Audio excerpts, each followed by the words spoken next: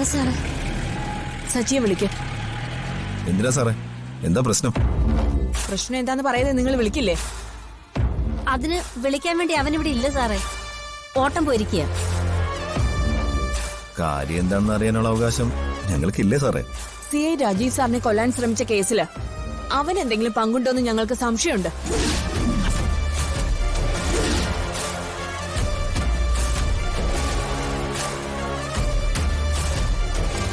എന്റെ പൊന്നു സാറേ, അവൻ അങ്ങനൊന്നും ചെയ്യത്തില്ല. അവനൊരു പാവമാ. പാവമാണോ അല്ലേന്നൊക്കെ ചോദ്യം ചെയ്തു കഴിയുമ്പോ പറയാം. മര്യാദയ്ക്ക് വന്ന് SP സാന്ദ്ര തോമസ് മാഡത്തിനെ കാണാൻ പറയണം. രാജീവ് സാറിന്റെ കേസിന്റെ അന്വേഷണ ചുമതല ഇപ്പൊ മാഡത്തിനാണ്. രാജീവ് സാറിനോട് അവന് വിരോധമുണ്ടെന്ന് ഞങ്ങൾക്കറിയാം. സച്ചേട്ടൻ അങ്ങനെ ആരോടും വിരോധമൊന്നുമില്ല. അന്ന് സച്ചേട്ടനെ രാജീവ് സാറ് കള്ളക്കേസിൽ കുടിക്കതല്ലേ, അതിന് ദൈവം കൊടുത്ത ശിക്ഷയായിരിക്കും. സാറ് അവളെ നോക്കി പേടിപ്പിച്ചിട്ട് കാര്യമൊന്നുമില്ല. അത്രയ്ക്ക് സച്ചിനെ അയാൾ ഉപദ്രവിച്ചിട്ടുണ്ട്. അത് ഇപ്പോഴും ഞങ്ങളുടെ ഉള്ളിലെ വേദന തന്നെയാണ് സാറേ. ഓ, അത് ശരി.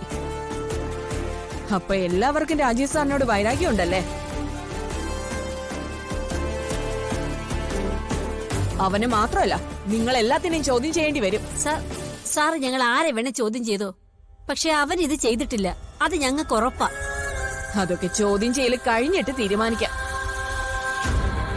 മര്യാദയ്ക്ക് നാളെ വന്ന് മാഡത്തിനെ കാണാൻ പറയണം. ഇനിയും ഞങ്ങൾ ഇങ്ങോട്ട് വരുത്തരുത്, മനസ്സിലായോ?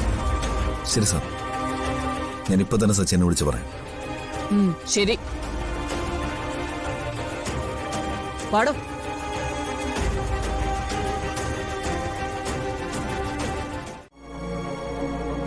സാരല്ല, ഇപ്പെല്ലാം മാറിയല്ലോ.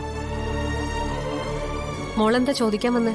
അമ്മേ, നമുക്ക് ആശ്രമത്തിൽ വരെയൊന്ന് പോയാലോ? ഏതാശ്രമത്തില്? എന്നെ ദത്തെടുത്ത ആശ്രമത്തില്.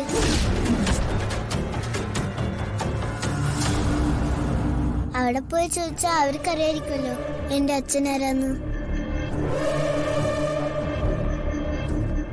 ആരാണ് എന്നെ അവിടെ കൊണ്ടു കൊടുത്തതെന്ന് സ്വാമിജിക്ക് അറിയായിരിക്കുമല്ലോ. മോക്ക് അമ്മയുടെ സ്നേഹം പോരാൻ തോന്നുന്നുണ്ടോ? അതുകൊണ്ടല്ല, ഒന്ന് അറിയാൻ വേണ്ടി മാത്ര. പിന്നെ ഒരിക്കലും ഞാൻ അച്ഛനെ കുറിച്ച് ചോദിക്കില്ല. ഇത്തവണ മാത്രം പ്ലീസ് അമ്മേ. പോകാം, പക്ഷേ ഒരു കാര്യം മോളമ്മയ്ക്ക് വാക്ക് തരണം. ഒരു തവണ ആശ്രമത്തിൽ പോയി ഇക്കാര്യം സംസാരിച്ചു കഴിഞ്ഞ് വന്നാ പിന്നെ മോളമ്മയോട് ഒരിക്കലും ഇത് ചോദിക്കരുത്. അമ്മയ്ക്ക് മോള് പ്രോമിസ് തരണം. അങ്ങനെയാണെങ്കിൽ അമ്മ ആശ്രമത്തിൽ കൊണ്ടുപോവാം.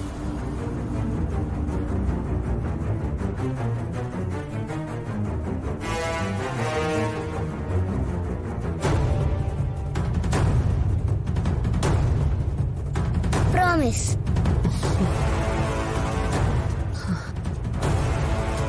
അമ്മയ്ക്ക് മോള് മാത്രമേ ഉള്ളൂ.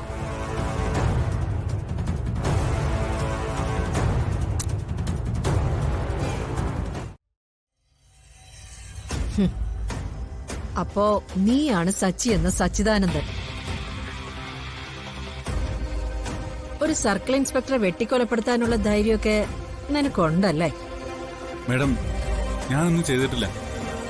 എനിക്ക് ഈ സംഭവമായിട്ട് ഒരു ബന്ധവുമില്ല. അതൊക്കെ ഞങ്ങള് തെളിയിച്ചോളാം. നിനക്ക് CI രാജീവിനോട് വൈരാഗ്യം ഉണ്ടായിരുന്നു എന്നത് സത്യമാണ്. മുൻപ് രാജീവ് സാർ ഒരു കൊലക്കേസില് സംശയാസ്പദമായി ഇയാളെ ചോദ്യം ചെയ്തിരുന്നു. അതിന്റെ വിരോധവും ഇയാൾക്കുണ്ട്. വിരോധമല്ല സാറേ, എനിക്ക് ദേഷ്യമുണ്ടായിരുന്നു. ഒരു തെറ്റ് ചെയ്യാത്ത നിരപരാധിയായ എന്നെ കള്ളക്കേസിൽപ്പെടുത്തി ലോക്കപ്പിലിട്ട് കണ്ണി ചോരയില്ലാതെ മർദ്ദിച്ചു. അതിന്റെ പ്രതികാരം നീ തീർത്തല്ലേ? അന്ന് കോട്ടേഴ്സിൽ കയറി നീ രാജീവിനെ ആക്രമിച്ചില്ലേ? മാഡം, അത് ഞാനല്ല. ഇവനല്ലാതെ വേറെ ആരുമല്ല മാഡം. രാജീവ് സാറിനോട് വിരോധമുള്ളവരിൽ ഏറ്റവും പ്രധാനി ഇവൻ തന്നെയാണ്. എന്നെപ്പോലെ ഒരുപാട് പേരെ അയാൾ കള്ളക്കേസിൽപ്പെടുത്തി ജയിലിലാക്കിയിട്ടുണ്ട്. ലോക്കപ്പിലിട്ട് തല്ലി ഒടിച്ചിട്ടുമുണ്ട്. ഞാനിന്ന് ഭാഗ്യം കൊണ്ട് രക്ഷപ്പെട്ടതാ. അങ്ങനെ വിരോധമുള്ള ആരെങ്കിലും ചെയ്തായിരിക്കും. നീ അങ്ങനെ ഒഴിഞ്ഞു മാറാനൊന്നും ശ്രമിക്കണ്ട. ഇതിന്റെ പിന്നിൽ നീയാണെന്ന് ഞങ്ങൾക്ക് വ്യക്തമായ തെളിവ് കിട്ടിയിട്ടുണ്ട്. എങ്കിൽ പിന്നെ എന്നെ അറസ്റ്റ് ചെയ്ത് കോടതിയിൽ ഹാജരാക്കി മാഡം. എന്റെ ഭാഗം ഞാൻ തെളിയിച്ചോളാം. നീ ആരാടാ, വക്കീലോ? Excuse me madam.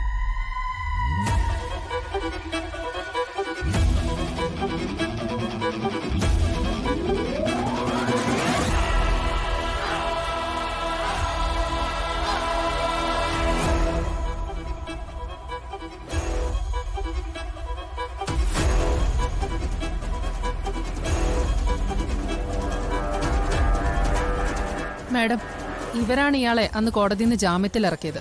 അഡ്വക്കേറ്റ് ആരതി വർമ്മ.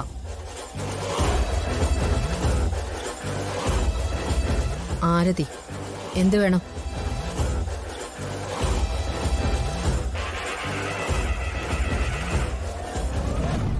ഞാൻ ഇയാളുടെ വക്കീല.